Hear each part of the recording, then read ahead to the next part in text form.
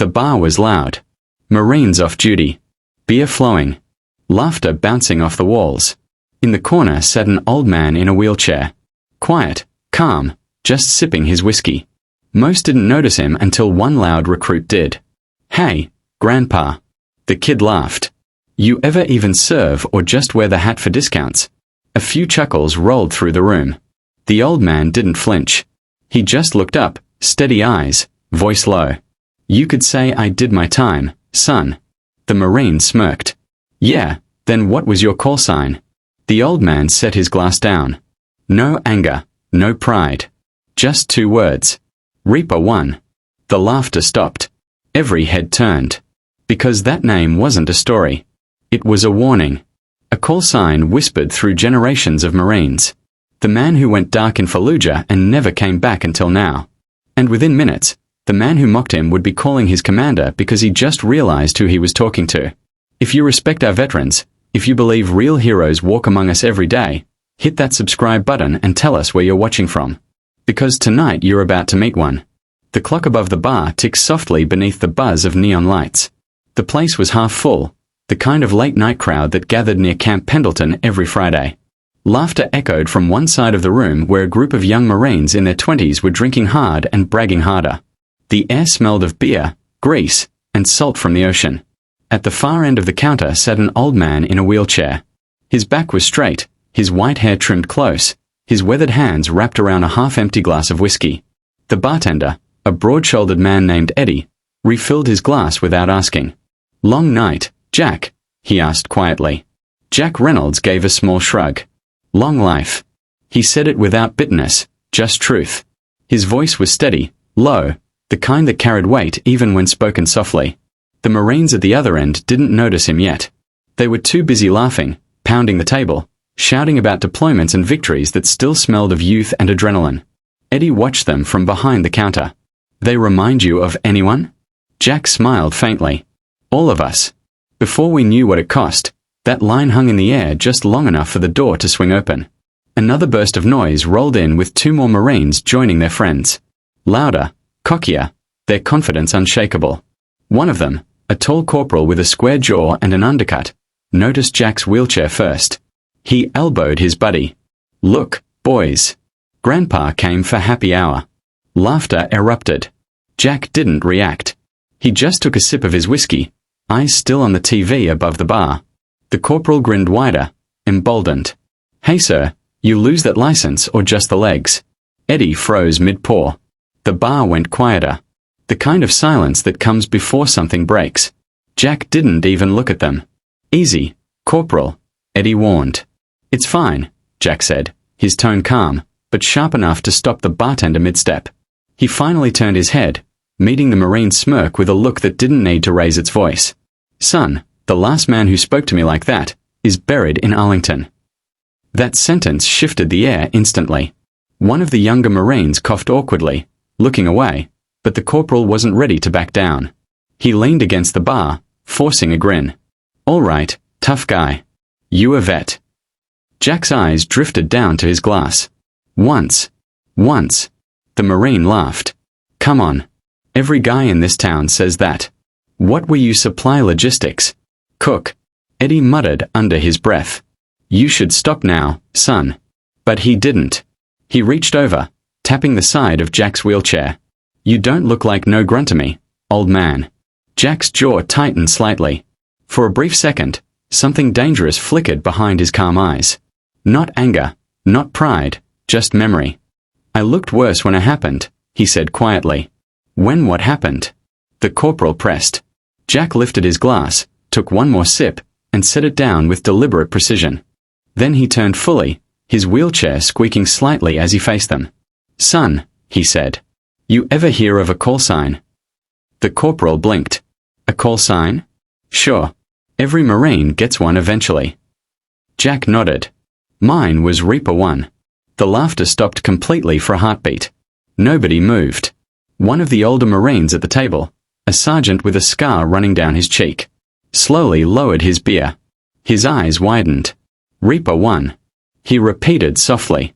The corporal frowned, confused. "What? You know him?" The sergeant's voice dropped to a whisper. Everyone knows the story. Operation Stone Viper. They said Reaper 1 wiped out a full insurgent line alone when the team got pinned. The whole squad made it home but one. He looked at Jack, his face pale. Sir, that was 23 years ago. Jack didn't answer. The corporal forced a laugh, but it sounded hollow now. Come on, that's a myth. Some old ghost story from the Corps. The sergeant shook his head slowly. Not a myth. They said the man disappeared after the op never confirmed. KIA, never came home. Eddie finally spoke, his tone reverent. He didn't disappear. He just stopped talking about it. Every eye in the bar turned toward the wheelchair. The only sound was the faint buzz of the old neon sign in the window. The corporal swallowed hard, suddenly unsure what to do with his hands. So, you're saying you're that guy, the Reaper 1? Jack's gaze was distant now, as if looking through them instead of at them. Used to be, he said. Used to be, another Marine whispered. Sir, they said you died, Jack finished quietly. Yeah, I heard. A single drop of whiskey slid down the side of his glass, tracing the reflection of the dim bar lights. The corporal finally muttered, Then why the hell are you here? Jack's lips curved slightly. A tired ghost of a smile. Because ghosts get thirsty, too. That line hit harder than any punch could have. The sergeant stood up slowly and saluted. The kind of instinct you don't think about. You just do. The other Marines followed hesitantly, a few lowering their heads in respect. Eddie's voice was low, almost reverent. Easy, boys. You're standing in front of the reason half of you ever made it home. The corporal's throat worked as he swallowed. Sir, I didn't mean. Jack raised a hand, stopping him. You didn't know. Most don't. He turned back to the bar, rolling his glass between his hands. The muscles in his jaw twitched once, just barely. Most never will. The silence stretched long and heavy until the door at the back of the bar creaked open. Everyone turned. A tall man in a Marine dress uniform stepped in, his polished shoes echoing against the wooden floor. His expression was unreadable, but his eyes locked straight on Jack. Eddie's whisper barely carried. Oh, hell, that's General Harris. The general took one slow step forward. Reaper 1, he said, voice gravel low. Jack's hand froze halfway to his drink. Sir, Harris continued, his tone weighted with something deeper than rank. We need to talk. The bar was still as a tomb, and the corporal, the same kid who'd mocked the man minutes ago, whispered the only words he could find. What the hell did we just walk into? The air inside O'Malley's was heavy, thick with silence, tension, and the faint smell of spilled beer. Nobody spoke. Even the jukebox had gone quiet. General Harris stood by the door, rainwater glistening on his uniform. His eyes didn't leave the old man in the wheelchair. Jack Reynolds, Reaper 1. The young Marines, who minutes ago had been loud and cocky, now sat frozen in their seats. The corporal who had mocked him earlier stared at the floor, pale and ashamed. Everyone out. Harris said. It wasn't loud, but it didn't need to be.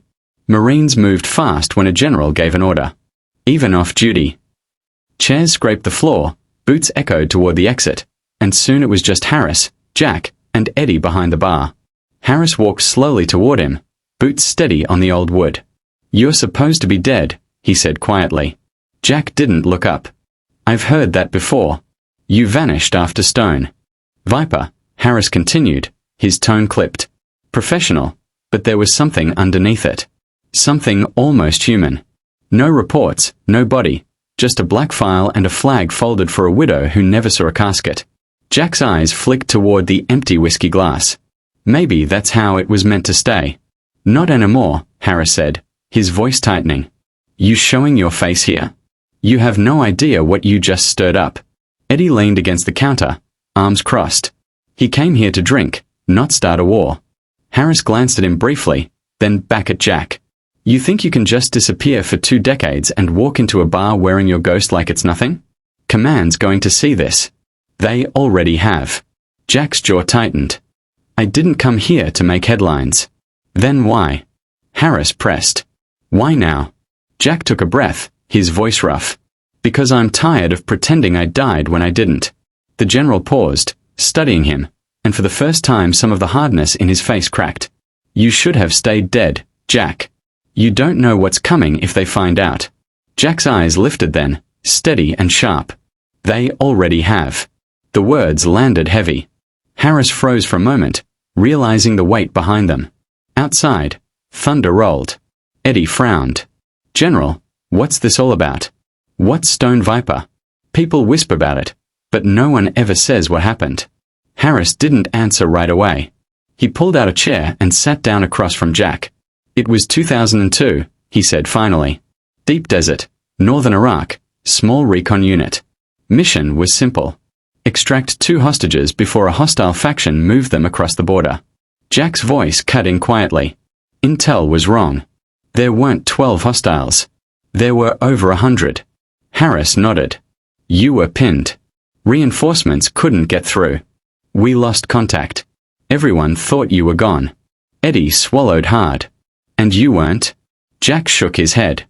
I made it out, barely brought the hostages with me, but by the time I reached the checkpoint, Command had already declared the mission closed. My team listed as KIA. The extraction plane was gone. Harris leaned forward, his voice lower now, and instead of coming back, you disappeared. Jack looked down at his scarred hands. There wasn't anything to come back to. The silence that followed was suffocating. The kind of quiet that felt like confession. Eddie finally whispered, they called you a legend. Jack's lips twisted into a humorless smile. Legends don't have nightmares. Outside, rain began to fall harder, tapping against the windows like fingertips. Harris's tone softened, but his eyes stayed sharp. You can't stay here, Jack. Once Command confirms your identity, they'll send someone. You're not a free man anymore. Jack raised an eyebrow. I haven't been for a long time. You don't understand, Harris said. They buried your file for a reason. You were part of a classified task force, one that didn't officially exist. If the wrong people find out you're alive, it's not just your life on the line. Jack chuckled low and tired. You think I care about my life? I lost that in the desert. The general slammed his hand on the table, startling Eddie. Don't do that, he snapped. Don't act like what you did means nothing. Jack didn't flinch. Then tell me what it meant, because I still wake up hearing their voices. For a moment, Harris didn't speak. The storm outside roared louder, filling the silence between them. You weren't supposed to survive, he said at last. You were supposed to die with your team. It made the mission cleaner, simpler. Jack's voice turned sharp. Cleaner. We were human beings, not ink on a report.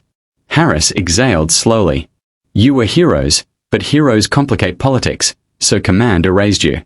Eddie stepped forward, anger flickering in his eyes. So, you're telling me this man saved people, survived hell, and your government pretended he didn't exist? Harris didn't deny it. It's not that simple. Jack's tone cut through the noise. It's always that simple. Men like me fight. Men like him write the story. The general's jaw flexed, but he didn't argue. Instead, he reached into his pocket and slid a small sealed envelope across the table. They'll come looking for you. When they do, take this and run. It's not safe anymore. Jack didn't touch it. I stopped running the day I couldn't walk. Harris stood, straightening his uniform. Then you'd better be ready for what comes next. What's that? Jack asked quietly. People trying to make sure ghosts stay buried. The general turned to leave, pausing at the door. You were the best Marine I ever knew, Jack. Don't make me regret letting you live twice. Then he walked out into the storm, his figure swallowed by the rain. For a long time, the only sound was the rhythmic tapping on the window and the low hum of the bar lights. Eddie finally broke the silence. You really think he'll come back? Jack looked down at the untouched envelope. No, he said softly. He won't have to. Eddie frowned. What do you mean? Jack's eyes lifted, distant and calm. Because they're already here. At that exact moment, headlights flashed through the rain. 3 black SUVs sliding to a stop outside Ali's, engines still running. Eddie moved toward the window. Jack, who are they? Jack didn't answer. He reached into his jacket and pulled out an old set of worn Marine dog tags. Their edges dulled from years of wear. He set them gently on the bar counter. Men who think I owe them my silence, he said. The first SUV door opened. Shadows stepped out, moving in sync. Suits, earpieces, Black umbrellas against the storm. Jack rolled his wheelchair back slightly, eyes steady on the door. "Eddie," he said quietly, "lock the back door." "Why?" "Because this time," Jack murmured. "I'm not running." The front door creaked open. Rain dripped from the shoulders of the man who entered. Tall, expressionless, holding a file marked classified. He spoke only one line, calm and cold. "Reaper 1, you've been recalled." The sound of thunder rolled overhead as the door shut behind him. And somewhere deep inside Jack's tired eyes, a spark long buried began to burn again. He turned his chair slightly, facing the stranger. "Then I guess it's time," he said, voice steady, "to finish what they started." The man's eyes narrowed. "You won't survive it." Jack smiled faintly. "That's what they said the first time." Lightning flashed and